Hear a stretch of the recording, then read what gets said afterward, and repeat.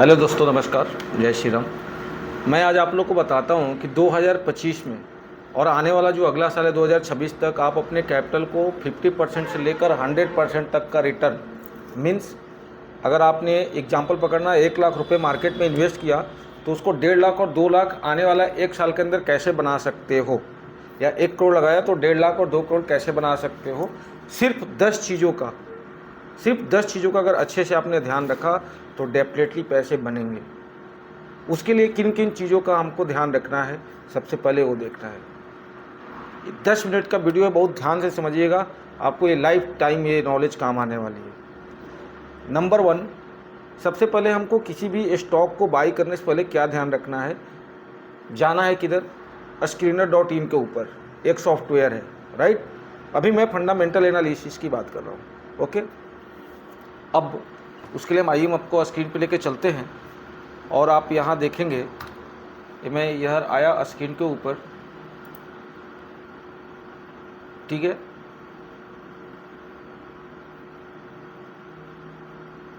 अब इसमें मैं क्या दिखा रहा हूँ आपको, आप ये देखो, ये मेरा क्या है, screener.in। screener.in एक सॉफ्टवेयर है, इसके ऊपर अभी हमने चार्ट कौन सा स्टॉक लगा रखा है, टाटा मोटर्स का। अभी टाटा मोटर्स में ये देखो कि क्या चल रहा है भैया। टाटा मोटर्स का जो भाव है 688 रुपीज़ का चल रहा है अभी, करेंट भाव, राइट। आज की डेट क्या है, 2 जुलाई। अभी जो मेरा वीडियो बन रहा है कितने बजे बन रहा है, 3:48 पर। यानी क्या हमको दिख रहा है कि मार्केट कैप कितना है इस कंपनी का, 253,432 CR, मतलब 2,53,432 करोड़ का इसकी मार्केट कैप है। यानी इसकी मार्केट कैप को देखकर हमको क्या समझ में आया कि ये कंपनी बहुत बड़ी है, लार्ज कैप कंपनी है।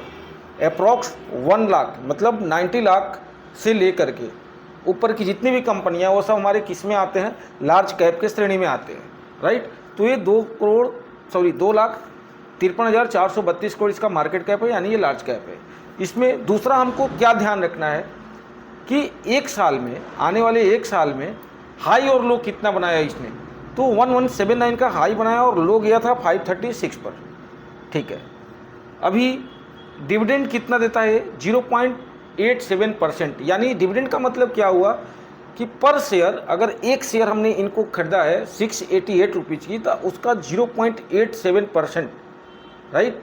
मतलब अगर इसको 1% अगर मैं कैलकुलेशन करूं तो 688 का 1% हुआ 6 रुपये 80 पैसा, मीन्स राउंड फिगर 6 रुपये का ये डिविडेंड जो है हमको देते हैं।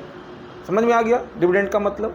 नेक्स्ट है हमारा टॉपिक, 2 चीज़ें भी हमने समझा। तीसरा है हमारा ROCE 20.0%, मतलब ROCE अगर किसी कंपनी की 20% है या उससे अच्छी है तो कंपनी मेरे लिए एकदम बिल्कुल सुटेबल है, उसको हम कंसिडर करेंगे, बाई करेंगे ROCE के बेसिस पर। अब ये जो अगला है ROCE का मतलब return of capital employed and ROE का मतलब रिटर्न ऑफ इक्विटी। ROE का मतलब जो है उसका यूज जनरली हम बैंकिंग और नॉन बैंकिंग सेक्टर में करेंगे, मतलब NBFC सेक्टर में जो फिनांस वाली कंपनियां होती है, इसमें HDFC, ICICI, कोटक, इस टाइप की जो बैंकिंग सेक्टर कंपनी है उसके लिए हम ROE देखते हैं, राइट। अगर ROE 10% से है या 10% ज़्यादा है तो उस टाइप के बैंक को या उस तरीके के फिनांस सेक्टर वाले बैंकिंग को हम कंसीडर करेंगे। यहाँ टाटा मोटर्स के लिए ROE का हमारे लिए कोई मीन्स नहीं बनता है, ओके। तो अभी तक हम लोगों ने 3 चीज़ों को सिलेक्ट किया।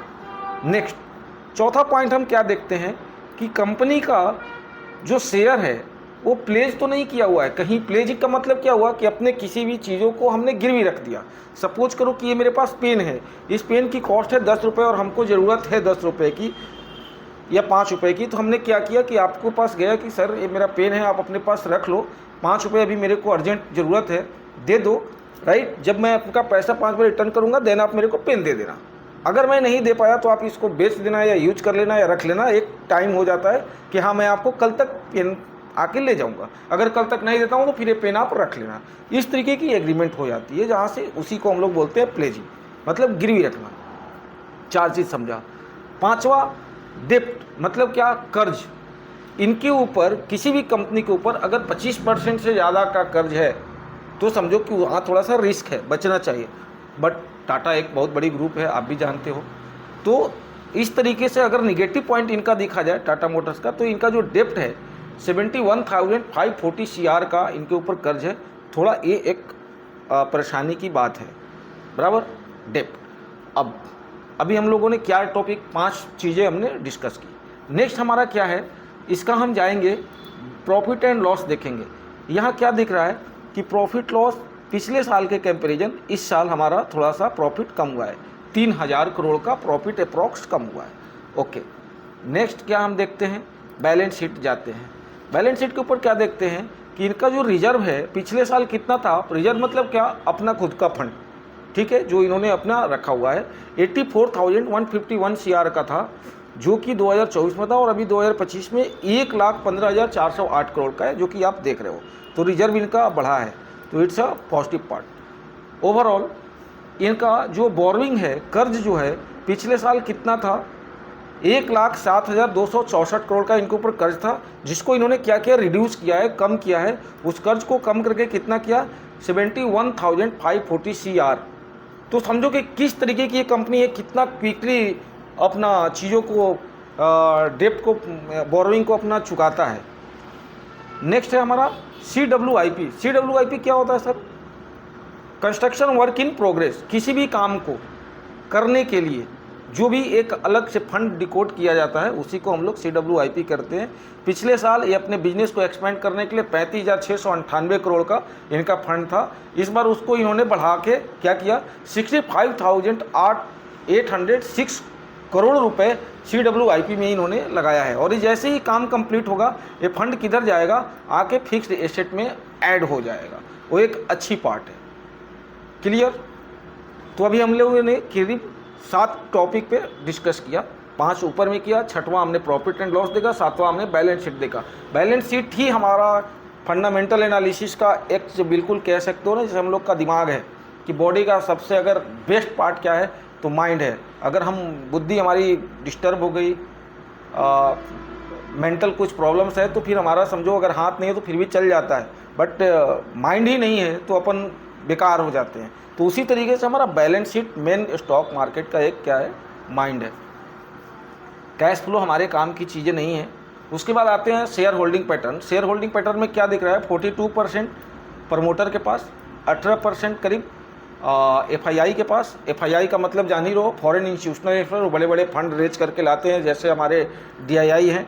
DII के मतलब क्या होता है, डोमेस्टिक इंस्टीट्यूशनल इन्वेस्टर।